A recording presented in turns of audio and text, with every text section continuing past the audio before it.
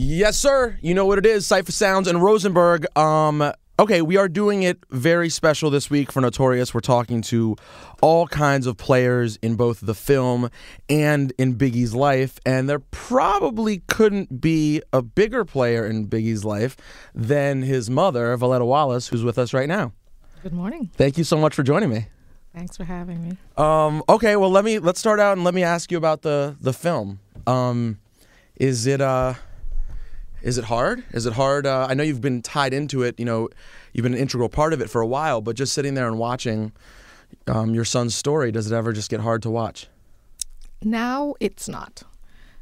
Prior, the whole production process was hard because I felt it was something that I had to do, painful as it is.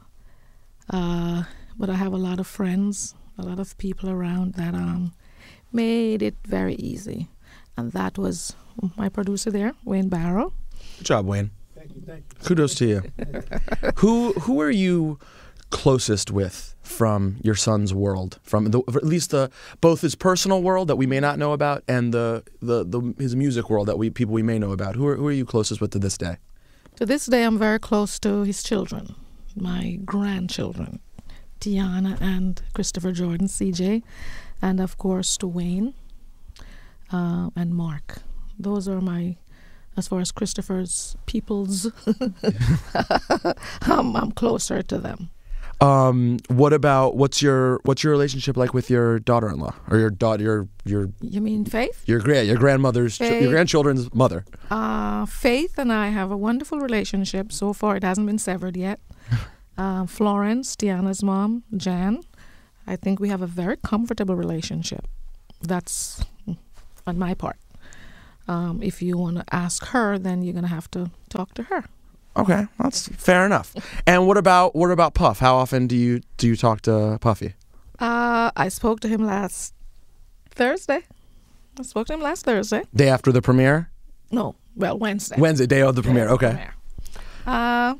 Comfortable with each other, with each other. But you guys aren't like, you guys don't go to movies on Wednesdays, No, and you're not. No, we don't. How do you think Gravy did? Gravy was spectacular. Hello, Gravy.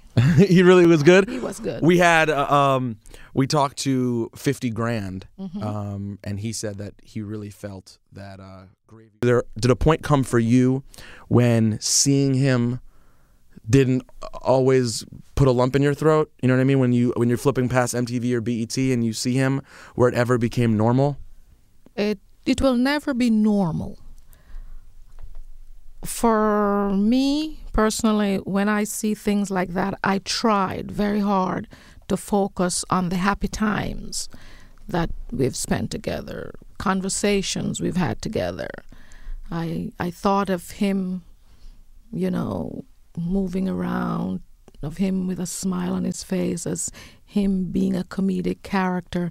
So with all those coupled together, I tried to obliterate the lump, take the lump away, take the sadness away. And it's hard, but I tried to do it, and I did it. There's one moment that I have in my brain of all the video I've ever seen of Big and all the music videos he did. There's one particular moment that makes me the happiest. And I wonder if it pops in your head.